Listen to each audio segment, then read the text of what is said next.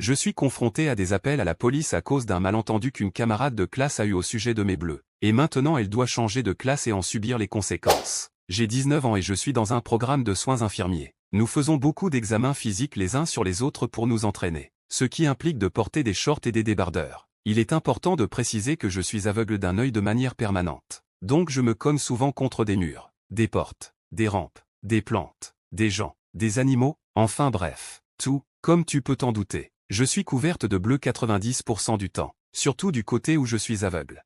Un jour, pendant le cours, on parlait des signes de maltraitance et la prof a mentionné les bleus fréquents. J'ai levé la main pour ajouter qu'il est important de parler aux patients adultes avant d'appeler la police, car cela pourrait être autre chose. La prof a demandé un exemple. Alors j'ai relevé ma manche et expliqué que mes bleus provenaient des poignées de porte de l'école, qui sont de différentes couleurs et hauteurs. Elle a hoché la tête et a confirmé en disant qu'avec les enfants, on appelle les autorités dès qu'on soupçonne des violences, mais qu'avec les adultes, on essaie d'abord de discuter avec eux, et si leur explication semble crédible, on n'appelle pas. Environ une semaine plus tard, des policiers se sont présentés chez moi. Ils m'ont dit qu'ils avaient reçu un signalement disant que je subissais des violences physiques et que j'étais tout le temps couverte de bleu. Je leur ai expliqué mon handicap. Ils ont vérifié chez moi, parlé à ma famille et n'ont trouvé aucun autre signe de maltraitance. Quand j'ai posé des questions, ils m'ont dit qu'ils avaient obtenu mon adresse auprès de l'université, car ils prennent les abus très au sérieux. Quand ils ont discuté avec l'université à mon sujet, l'université était très inquiète et voulait juste m'aider. Après le départ de la police, j'ai parlé à quelques personnes de l'université, y compris un psychologue, pour qu'ils puissent être sûrs que je ne montrais aucun signe mental de maltraitance. Ensuite, la vie a continué. Pourtant, je venais toujours en cours avec des bleus tous les jours. Une de mes camarades est venue me voir et m'a dit que notre camarade Vanessa disait à des gens qu'elle envisageait d'appeler à nouveau la police, car j'étais encore couverte de bleu. J'ai fait rédiger le rapport de ma camarade, ainsi que de quelques autres, et j'ai attendu. Et bien sûr, la police est revenue, même scénario, mais cette fois, j'ai dit à l'université que Vanessa utilisait la police pour me harceler et que je voulais qu'on fasse quelque chose. L'université a décidé que la meilleure solution était de la transférer dans d'autres groupes pour qu'elle ne puisse plus voir si j'avais des bleus ou non. Maintenant, elle me traite de connasse en disant qu'elle essayait juste de m'aider. Je n'avais pas besoin de perturber tout son emploi du temps universitaire. Commentaire pertinent supprimé par l'utilisateur. Elle n'a vraiment pas retenu la leçon, n'est-ce pas? C'est une leçon qu'elle doit comprendre si elle veut travailler dans ce métier. Si elle avait suivi ce que l'enseignant a dit, parler à l'adulte, rien de tout cela ne serait arrivé. Elle l'a cherché. Commentaire 1. Elle a été harcelée en passant et en continuant à appeler la police. Une fois, cela peut être par souci de sécurité, mais après avoir tout vérifié et confirmé qu'il n'y avait aucun danger, elle a décidé de continuer. Donc c'est entièrement de sa faute. J'étais d'accord pour une seule fois. C'est bon, les gens font des erreurs. Mais après la deuxième fois, je voulais m'assurer que ça s'arrête. Commentaire 2. Je ne suis pas aveugle des deux yeux et je suis toujours couverte de bleu. Mes jambes et mes flancs ont toujours une grosse bosse violette quelque part. C'est un phénomène quotidien. Plusieurs médecins ont dit que ce n'était pas un problème médical. J'ai juste une conscience spatiale terrible de la position de mon corps. Je me cogne contre les poignées de porte, mon bureau de travail et les comptoirs. Mes vêtements s'accrochent tout le temps à quelque chose. C'est entièrement dû à mon manque d'attention et à ma maladresse. Commentaire 3. K était au courant de ton handicap et a littéralement appris en cours qu'il fallait parler aux patients avant de faire un signalement. En plus, K pourrait représenter un sérieux danger pour ses patients si elle faisait ça dans un cas de violence domestique. L'agresseur peut intensifier la situation lorsqu'il est confronté par la police, ce qui peut créer une situation dangereuse et potentiellement mortelle. Commentaire 4. K a appris les conséquences de ne pas te croire, et de ne pas se mêler de ses affaires. Elle doit apprendre à contrôler ça, sinon elle ne gardera pas son emploi d'infirmière avec de telles suppositions. Commentaire 5. Question sincère, comment fais-tu pour te blesser presque tous les jours? As-tu aussi une mauvaise vue de ton autre œil? Est-ce que tu portes des lunettes? Je suis aveugle d'un œil de naissance et je suis myope, mais je me fais rarement des bleus en me cognant contre des objets. En général, je me tords plutôt la cheville parce que je ne fais pas attention aux sols irréguliers, ou je me tape l'orteil dans les coins de mur à cause de mes angles morts, 1 ou 2 fois par an. Mais ma vision périphérique et l'angle auquel je tourne la tête pour garder mon œil centré suffisent largement pour ne pas me cogner trop souvent. En passant, je suis myope de l'autre œil, donc je ne vois quasiment rien du côté gauche. Mes lunettes gênent un peu ma vision périphérique, et garder la tête trop longtemps tournée me donne des raideurs dans le cou. Il faut que je puisse tourner la tête vite et facilement. Bref, je me fais souvent des bleus, mais ça ne gêne pas mon travail. C'est quelque chose avec lequel j'ai grandi, et j'ai tendance à me marquer facilement. Je ne me cogne pas à la maison, mais dehors, oui. Commentaire 6. Je pose cette question en tant qu'infirmière, sans vouloir te manquer de respect. Mais es-tu sûr que ce domaine est fait pour toi, vu ton handicap? OP, oui. J'adore aider les gens et je suis tout à fait capable de faire mon travail. Je suis la seule à me blesser dans ma vie quotidienne. LOL. Et c'est souvent parce que je ne fais pas assez attention à mon environnement, que je ne remarque pas quelque chose de nouveau et que je trébuche dessus. Mise à jour 1, bon. Alors je suis aveugle d'un œil. Et si je ne fais pas assez attention, je me cogne à des trucs au hasard. J'ai souvent des bleus partout. Pendant un cours où on parlait de maltraitance et de la nécessité d'en parler aux adultes avant d'agir, une fille a décidé d'appeler la police à 2 reprises, prétendant que je subissais des violences. Résultat, j'ai dû suivre des séances de conseil, parler à des thérapeutes, des policiers, etc.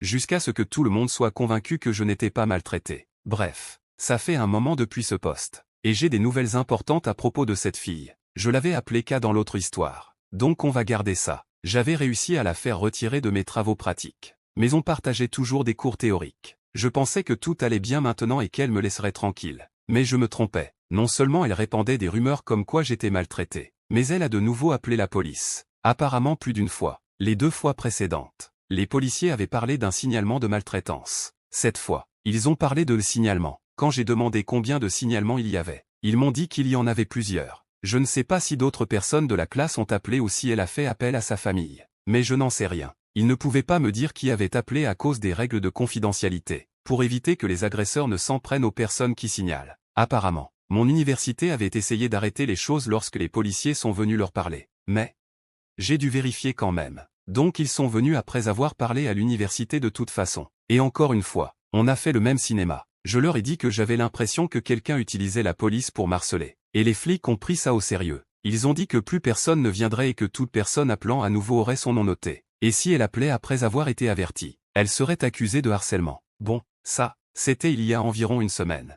Et quelqu'un a continué à appeler en prétendant un autre nom, sans réaliser qu'ils enregistrent aussi les numéros de téléphone. Voilà donc la mise à jour sur K. Elle a appelé encore et encore, jusqu'à ce qu'elle soit accusée de harcèlement ainsi que d'utilisation abusive des ressources de la police. Je ne sais pas trop ce qui va se passer ensuite ou si je vais être appelé à témoigner. Je ne suis pas certain de ce qui se passe. Mais je ne l'ai pas vu depuis que j'ai été informé qu'elle appelait encore. Ce que j'ai appris par un autre camarade de classe. Commentaire pertinent d'un utilisateur supprimé. Qu'est-ce que l'école fait à ce sujet? Est-ce qu'elle va être expulsée pour t'avoir harcelé? OP, vu qu'elle va probablement finir avec une accusation criminelle, elle sera expulsée. Commentaire 1. Tu ne protèges pas seulement toi-même. Tu protèges aussi les patients qu'elle pourrait avoir dans le futur. Elle a de gros problèmes. Commentaire 2. Ça me met vraiment en colère. Mon tout petit a la maladie de von Willebrand. Donc son sang ne coagule pas comme il devrait. Elle est tout le temps couverte de bleu, au point qu'elle ressemble à un dalmatien. Elle a aussi la peau très fine. Donc elle se coupe plusieurs fois par jour. Un jour, elle s'est même ouvert le coin de l'œil avec un coussin. L'été dernier, on a reçu un appel des services sociaux. Quelqu'un les avait appelés en disant qu'on battait notre enfant et qu'il l'avait vu. C'est totalement faux. Et si tu avais vraiment vu un parent battre son enfant de 5 ans, tu ne serais pas intervenu sur le moment au lieu d'appeler une semaine plus tard? Le plus fou, c'est qu'on n'était même pas dans le pays au moment où ces faits ont soi-disant eu lieu. C'était juste quelqu'un qui était en colère parce qu'on rénovait notre maison. Et le bruit les dérangeait. Du pur harcèlement. Commentaire 3. J'ai lu ton autre post et j'étais content de voir cette mise à jour. Même si je suis d'accord que K est en tort et doit faire face aux conséquences de ses actes. J'espère qu'elle ne sera pas infirmière, car elle ne semble pas apte à l'être. Je suis aussi venu ici parce que ça m'a vraiment énervé que des gens disent que tu ne devrais pas être infirmière parce que tu es aveugle d'un œil. Mon frère est aveugle d'un œil. En fait, il a une prothèse oculaire depuis qu'il est enfant. Il est infirmier depuis plus de 30 ans, infirmier aux urgences, en chirurgie cardiaque, en traumatologie, il a tout fait tout en n'ayant pas de vision d'un côté. Ceux qui disent que tu ne peux pas être infirmière doivent se taire. Ils sont étroits d'esprit. En plus, mon frère fait de la moto depuis qu'il est ado. Fais ce qui te rend heureuse et laisse tomber les autres. Bonne chance pour ta carrière. Mise à jour 2, je ne sais pas vraiment par où commencer avec ce post. Mais j'avais envie de donner cette mise à jour parce que j'espère que ce sera la dernière. J'ai fait mon dernier post il y a seulement 12 jours et ça s'est un peu calmé. Maintenant, je dois expliquer que pas mal de choses sont de seconde main. Car heureusement, j'ai évité les fous. En gros, Kay ne sait pas où j'habite. Elle connaît la ville générale. Mais rien de plus. J'ai invité une fille de notre classe chez moi pour travailler sur un projet. Et c'était la seule personne, à part l'université, qui savait où j'habite. Kay le sait parce que cette fille, qu'on va appeler Lily, est plus ou moins liée à elle. La cousine de Lily est mariée au cousin de Kay. Donc elle se connaissait avant le programme. Mais pas vraiment bien. C'est aussi Lily qui m'a prévenu que Kay continuait à appeler. Même après que la police m'avait promis qu'il n'interviendrait plus. Ils ont seulement commencé à noter les appels. Qui appelait quand et s'ils appelaient après avoir été avertis de ne pas le faire. Donc, en gros, Kay savait que Lily et moi étions en binôme pour le projet. Elle savait que Lily était venue chez moi. Mais elle ne savait pas où se trouvait la maison ou à quoi elle ressemblait. Juste qu'elle était dans une ville à X kilomètres d'où elles étaient. Elle connaissait aussi le nom de la ville grâce à la mère de Lily. Lily m'a donc averti que la mère de Kay allait essayer de me trouver pour me convaincre de retirer les accusations contre Kay. Ce ne sont pas mes accusations. C'est la police qui s'en charge. Je n'ai pas porté plainte. Même si certaines personnes disent que je devrais demander une ordonnance restrictive. Lily m'a prévenu. Et je me suis caché chez moi sans en sortir jusqu'à ce qu'elle me dise que la mère de Kay était rentrée chez elle. Ensuite, la mère de Kay a harcelé Lily pour qu'elle lui donne mon adresse afin qu'elle puisse venir frapper à ma porte. Au lieu de conduire dans tous les sens en espérant me croiser, Lily a refusé et a supprimé tous les messages entre nous pour s'assurer que, même si la mère de Kay volait son téléphone et réussissait à contourner le mot de passe, elle ne pourrait jamais avoir mon adresse. Lily a ensuite informé l'université de la situation et leur a fourni des preuves par texto que l'université lui a demandé d'imprimer et de leur remettre, ainsi qu'à la police.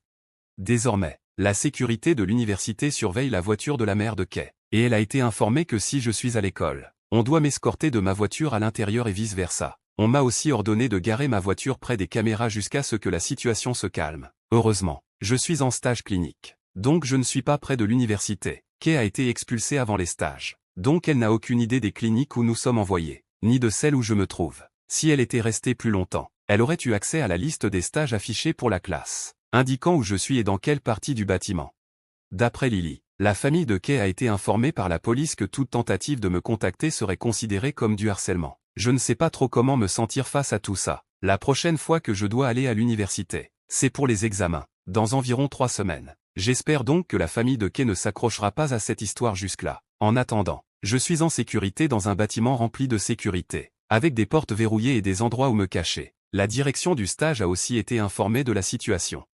Et avec des photos de Lily qui est à un autre endroit. Elle surveille la famille de Vanessa et leur a interdit l'accès au lieu à l'avance. Donc, ouais, si ça ne va pas plus loin, je ne donnerai plus d'update. Mais si ça empire, je suppose que je donnerai des nouvelles après mes examens. Souhaitez-moi bonne chance parce que je vais essayer de ne pas trop stresser à propos de la situation avec Vanessa et de me concentrer sur mes examens au lieu de ça. Mais je ne sais pas comment ça va se passer. J'espère que vous appréciez un peu mes petites galères et que ça vous divertit. Même un tout petit peu, histoire qu'il en sorte quelque chose de bon. Je n'arrive pas à croire que je sois dans cette situation en ce moment. Donc ouais, merci encore pour les mots d'encouragement et la gentillesse que certains d'entre vous m'ont montré pendant cette folie. Souhaitez aussi bonne chance à Lily, qui est bombardée de messages de sa famille pour donner l'adresse, le numéro de téléphone, etc.